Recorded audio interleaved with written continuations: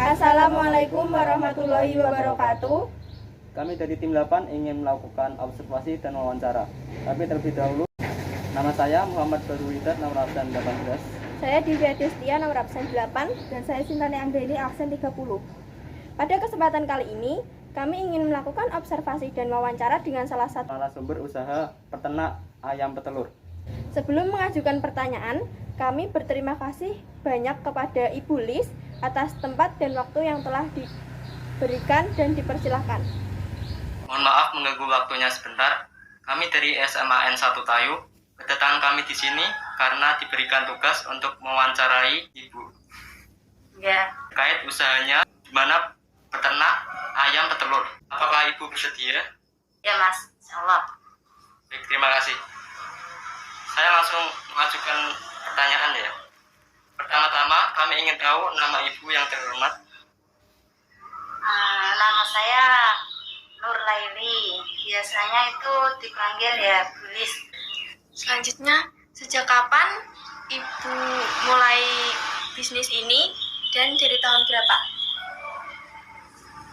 Kira-kira saya memulai bisnis peternak ayam ini ya. Ini bisnis saya peternak ayam petelur.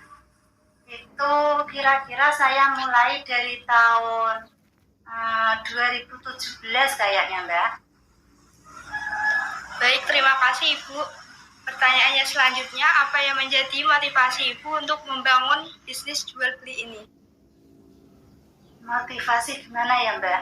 Kan saya ini perempuan ya, ibu rumah tangga. Tapi saya ingin memulai bisnis peternak ayam ini ya untuk menambah-nambah dalam keluarga gitu ya. Kebutuhan lah untuk sehari-hari, tapi ya tidak dari peternak ayam saja. Ini kan cuma ibu mencari kesibukan gitu. Kalau suami ibu sih enggak peternak ayam, dia bekerja yang lain. Tapi ibu itu sekiranya sibuk gitu loh, enggak tengok-tengok. Selanjutnya, pukul berapa biasanya Ibu selesai berjualan? Kalau selesai berjualan itu ya kan nggak warung sih Mbak. Kalau peternak ayam itu kan ya jualnya telur. Ya dari ibu kan setor ke warung-warung. Biasanya kalau warungnya itu udah habis stok telurnya, baru nelpon ibu. Ya ntar gini, ibu telurnya habis bisa dikirim gitu. Biasanya kirimnya itu satu krat itu isinya 10 kilo. Tapi ya seumpama kok pagi ya tergantung mbaknya mintanya itu jam berapa. Tapi biasanya yang punya warung punya kira-kira sih Mbak. Misal kok jam 9 malam ya enggak mungkin lah ya disuruh kirim telur gitu. Baik, selanjutnya mendekati Lebaran, apakah sudah mulai ada kenaikan harga kebutuhan pokok, contohnya telur? Ya kalau kebutuhan pokok ini ya naiknya banyak. Contoh minyak goreng aja sekarang harganya udah nggak bisa dibayangkan itu. Tapi kalau telur saat ini harganya itu masih bagus. Di lain kemarin kan pernah harganya di bawah standar ya, di bawah 20 itu ya pernah itu. Tapi kalau waktu ini mau Lebaran puasa ini harganya ini bagus ini. Masih di atas 20. Ya. Baik, terima kasih. Selanjutnya, bagaimana cara Ibu menghadapi apabila sewaktu-waktu terjadi kenaikan dagangan telur Ibu? Kalau terjadi kenaikan telur ya, Ibu alhamdulillah. Kalau kenaikan harga telur naik kan otomatis Ibu punya untung banyak ya. Gitu. Kalau peternak atau ibu jadi peternak penjual telur, kalau harga telur naik itu ya ibu ya suka-suka aja. Tapi yang nggak suka ya konsumen itu yang membeli. Kan merasa keberatan. Kalau ibu ya oke. Baik, untuk memberikan kenyamanan, keamanan pelanggan terhadap produk, apakah tiap membeli produk dari produsen dicek kesegaran telurnya, apakah telur baru atau lama? Oh gitu. Saya nggak tahu ya kalau yang lain, tapi kalau saya itu mesti telur itu baru. Nah tadi saya kan peternak ayam itu untuk ngisi kekosongan harian saya ya. Saya itu ya ayamnya cuma sedikit, kira-kira ya sekitaran 400-500 gitu. Jadi otomatis telur yang saya jual itu ya baru. Tapi untuk mengecek lama baru itu ya, kalau cangkangnya coklat gitu itu bagus.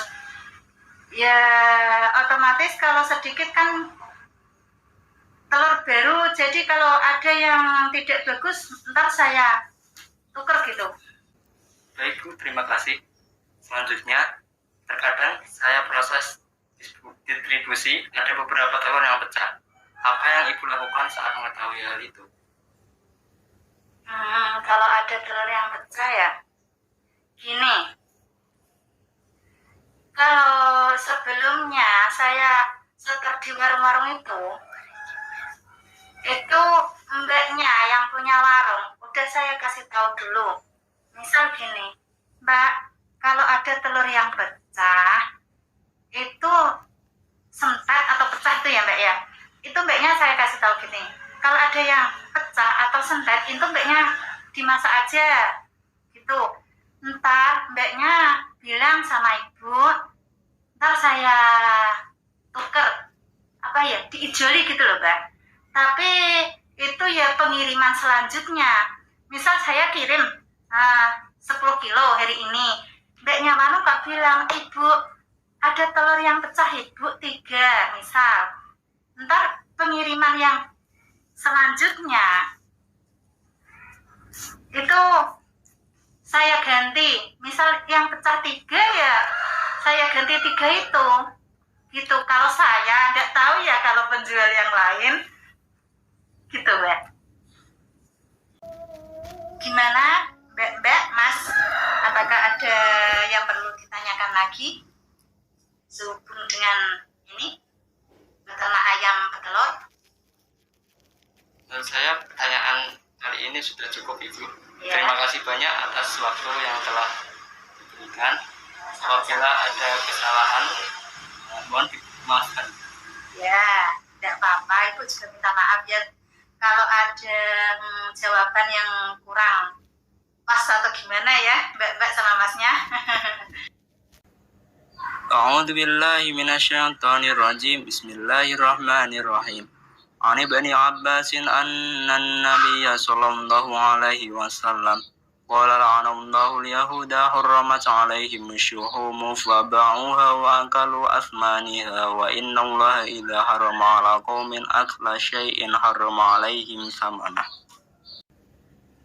Dari Ibnu Abbas, Nabi sallallahu alaihi wasallam bersabda, Allah melaknat orang-orang Yahudi karena telah diharamkan kepada mereka lemak-lemak bangkai, namun mereka menjualnya dan memakan hasil penjualannya. Sesungguhnya Allah jika mengharamkan kepada suatu kaum memakan sesuatu, maka haram pula hasil penjualannya. Hadis riwayat Ahmad dan Abu Dawud.